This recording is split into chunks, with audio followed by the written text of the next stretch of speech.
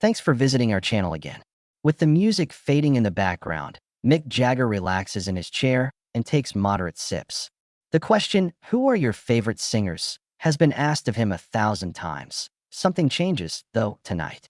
The typical suspects are not named by him. 5 names, he says after pausing and grinning. Females alone. For the man who strutted his stuff for 60 years, recorded with icons, and helped define rock and roll swagger, these names were more than simply influences. They were forces of nature, obsessions, inspirations, and cautions all rolled into one. All the way down to Mick Jagger's core. These are the 5 female vocalists. That was the first voice he brought up. It both frightened and thrilled him. One of them was Janis Joplin. Silence engulfed her. Then she went off. There was no song that she walked into. The doors were blown off by her. Denim and whiskey encased Janis Joplin's anarchy. It wasn't simply gravel in her voice. It was like a little can of thunder. At Madison Square Garden, Jagger witnessed her live performance in 1969. She emerged from the house barefoot, her wild hair flowing behind her as she carried a bottle and her broken heart. Even Keith Richards, known for his unflinching behavior, froze when she sang the chorus of "Piece of My Heart," no sound. A tempest clouded her. As a flame, she was consumed. She possessed an unabashedly raw quality, which Mick adored. She sucked up the mic, not flirted with it. For Jagger, whose reputation was built on performance, danger, and seduction, she rendered pain as sex and fury as prayer. Janis was not a rival. She wanted to start a fight. He was frightened by her. The reason being that she had complete freedom, not defiant. At no cost. Absent picture. Nothing written. A raging inferno of unbridled passion that he deemed her untouchable after that fateful night. The absence of an act, more than her perfection, was the reason. There was no faking her sincerity. As for the subsequent lady, she turned sophistication into a riot. Stevie Nicks, that voiced in the late 70s. Fleetwood Mac was king of the charts and Mick Jagger was enamored with Stevie Nicks. As a couple, they went on tours and danced in hotel bars as the fires flickered. Like shadows on a ballroom wall, rumors circulated. It wasn't Jagger's attractiveness or aura of mystery that drew him in, though. It was more about the fame and flirtation.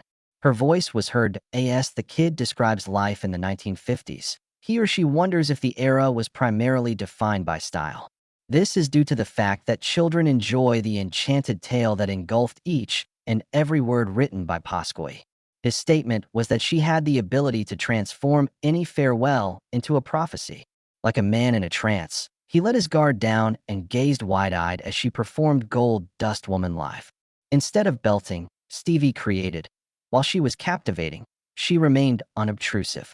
Her influence came in subtle surges, in contrast to the world of yelling frontmen and posture stars. Her entrance was subtle. Its subtle presence drew you in. Jagger, whose stage presence was based on mayhem, saw Stevie as an alien, commanding and serene, like a slow-motion storm. However, the following woman hit like a hammer, even if Stevie floated. Who is she? The artist Tina Turner. Rather than merely moving, Tina erupted, her eyes blazing and her stride thunderous.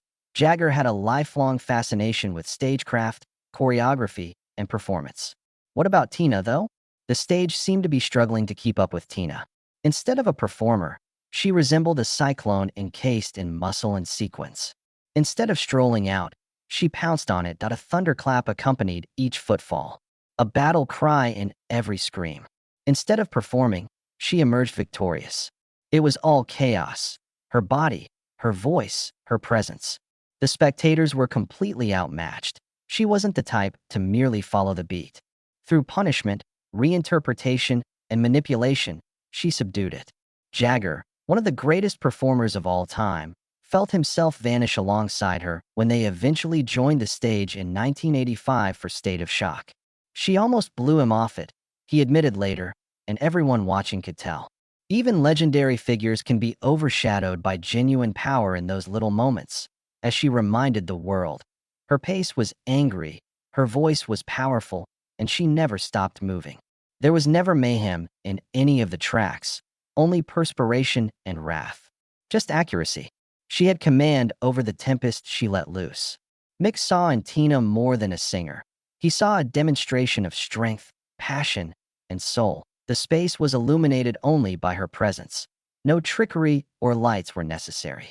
Her desire for submission was louder than any attention she had ever sought, and suddenly the voice that sounded like velvet poured over a gun appeared. "Hello, my name is Chrissie Hynde." Chrissie provided a punk edge and polished coolness to the pretenders that were both complimentary. Even while she spits hate, she manages to seem seductive. That it was unusual to hear someone who could seem both menacing and alluring at the same time, and Mick much loved that duality. Pleasing wasn't her goal. She wanted you to duck or freeze.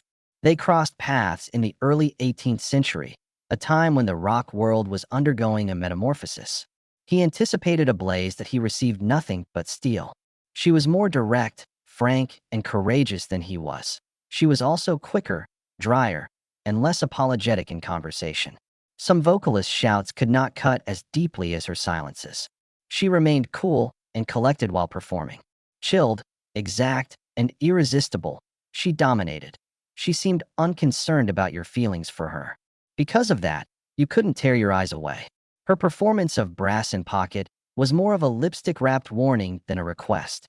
It wasn't merely assurance. It was dominance masked as charisma. One of the few singers who didn't put up an effort to impress, according to Mick, was her. Applause wasn't necessary, therefore she didn't seek it out. She exuded an air of authority. She gave the crowd the silent treatment, daring them to stay up. On many occasions, she did more than simply own the stage. She completely transformed it into her own. As he observed Chrissie, he heard the sound of calm assurance and saw the appearance of quiet control. In her leather and eyeliner armor, she was more than a frontwoman. She was a formidable opponent. Except for the very final name, that one arrived with a smile, and perhaps a hint of pain. Smith, Patti. Poetry in Patti was ablaze. In addition to singing, she screamed, begged, and testified. By conventional standards, she was not a vocalist.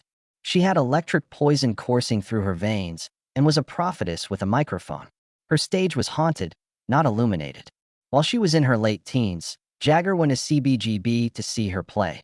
With matted hair and perspiration behaving like war paint, she walked about barefoot. Being attractive was unimportant to her. It was important to her to be honest. She embodied the occasion rather than merely playing a part. Each word sounded like a dare as her voice cracked, broke, and soared. She had an air of transcendence about her because she was unfiltered, unpredictable, and raw. Her refusal to conform was more striking than her pitch. Instead of entertaining, Patti challenged. Amidst all the mayhem, she stood tall and demanded your undivided attention. Like a prayer spoken during a brawl, her music had an air of both sanctity and profanity. Aggression and art came together. As someone who has made a living by challenging convention, Jagger found tenderness to be completely inverted. More than just a soulmate, she was an angel. She served as a cautionary tale. He did not feel like a rock star as he watched her that night. Like a worshiper at the shrine of a greater power, he felt humbled. Plus, he had an epiphany that night.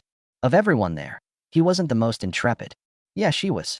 Legends have shared stages with Mick Jagger. In the past 60 years, he has danced beneath stadium lights, been engulfed in cheers, and looked down crowds.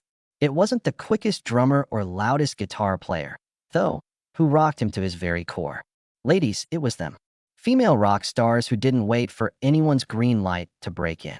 Instead of waiting for an invitation, they used their voices, sometimes gentle, sometimes vicious, but always memorable, to carve their names into its walls, building their own legacy from the ground up, line by line, shout by silence. They didn't rely on anyone else's work.